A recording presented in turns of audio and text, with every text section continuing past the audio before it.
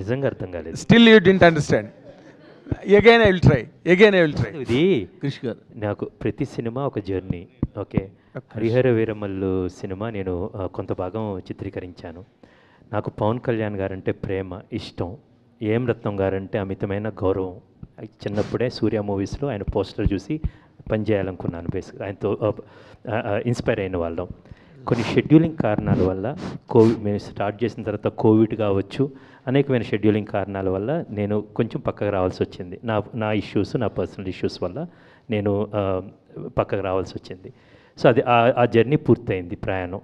Okay, నా పరంగా పూర్తయింది. అండ్ ఆ జర్నీని ఇంకొక దర్శకులు జ్యోతికృష్ణ గారు కంటిన్యూ చేశారు. ఇప్పుడు అయిన తర్వాత నేను ఈ సినిమాలో ఉన్నప్పుడు పూర్తిగా ఘాటీలా ఉన్నానన్నమాట. బేసికల్గా ఎంత ఫోకస్డ్గా ఉన్నానంటే అంత ఫోకస్డ్గా ఉన్నాను. ఓకే, నేను గమ్యం నుంచి ఘాటీ దాకా ప్రతి సినిమాని, ప్రతి రోజుని, you believe it or not, మనం చాలాసార్లు మాట్లాడుకున్నాం, ఆ రోజే నేను అంత చాలా ఫోకస్డ్గా ఉంటాను యాక్చువల్గా. Right now I'm completely excited about ఘాటీ.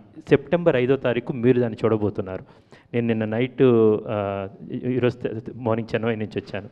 నిన్న నైట్ తమిళ్ ఫుల్ కాపీ చూసాం అన్నమాట. దెన్ అగైన్ సార్ రాగానే సారీ చెప్పాను, సార్ తమిళ్లో ఆయనే డబ్బు చెప్పారు, తెలుగులో ఏం డబ్బు చెప్పారు. So I told I'm just enjoying that actually. And ఒక కథ నేను చెప్పాను కదా, పేలటానికి సిద్ధంగా ఉన్న కథని, అది ఆ అగ్నిపర్వతం రెడీగా ఉంది, ఇప్పుడు తీసుకొచ్చాం, దాన్ని ఆడియన్స్కి ఇవ్వబోతున్నాను. సో అట్ దిస్ మూమెంట్ నేను చాలా ఎక్సైటెడ్గా ఆడియన్స్కి ఈ సినిమాని అందివ్వడానికి రెడీగా ఉన్నాను. All the very best. కదా పెట్టింది క్రిష్ గారు, ఘాటీ ప్రెస్ మీట్ ఇది, దాని గురించి మాట్లాడదాం. 100% ఆల్ ది వెరీ ఇంటర్వ్యూ అడిగావు కదా, ఇప్పుడు డిసైడ్ చేశాను నేను చేయను. క్రిష్ గారు ఏం చేయరు బాబు? క్రిష్ గారు ఇంటర్వ్యూవా? క్రిష్ గారు హాయ్ సార్. హాయ్ క్రిష్ గారు, నమస్కారం అండి. సార్ కంటెంట్ అంతా చాలా బాగుంది సార్. మీరు ఎంత ఎగ్జైటింగ్గా ఉన్నారు, మేము కూడా ఈ సినిమా చూడడానికి అంత ఎగ్జైటింగ్గా ఉన్నాం. ఎందుకంటే ఆ కొత్త అంబియన్స్, ఆ లొకేషన్స్, ఇంతవరకు టచ్ అయిన లొకేషన్స్ని చూడడానికి చాలా ఇంట్రెస్ట్గా ఉంది. ఇప్పుడు మీరు స్టోరీ రాసుకున్నప్పుడే, హీరో క్యారెక్టర్ రాసుకున్నప్పుడే ఆవిడ పేరు బ్యాకెట్లో నోట్ చేసుకుని చెప్పారు. మేబీ కరెక్ట్ కావచ్చు.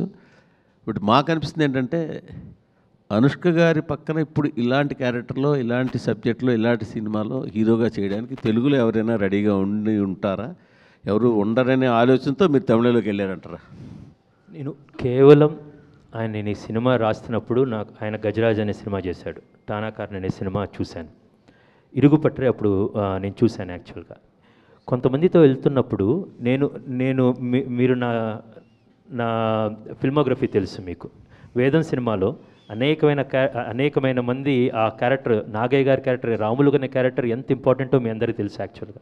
ఓకే, నాకు ఆ కథకి ఇన్స్పైర్ అయిందే, నేను ఒక చిన్న పిల్లోడు అమరావతి నుంచి వైకుంఠపురం దాటి విజయవాడ అమ్మవారి వైపు వెళ్తున్నప్పుడు అక్కడ ఒక చిన్న పిల్లవాడు ఒక ముసలతను చేయి పట్టుకొని లాక్కెళ్ళటం చూశాను. That's the last frame. వేదం అనే సినిమాలో అక్కడే ఫిల్మ్ బై క్రిష్ అని వేశాను. ఆయన క్యారెక్టర్ కోసం నేను ఆగాను, వెయిట్ చేశాను. సో ఐ వాంట్, అది నేను రాస్తున్నప్పుడు నా మస్తిష్కంలో ఒక రూపం వచ్చింది.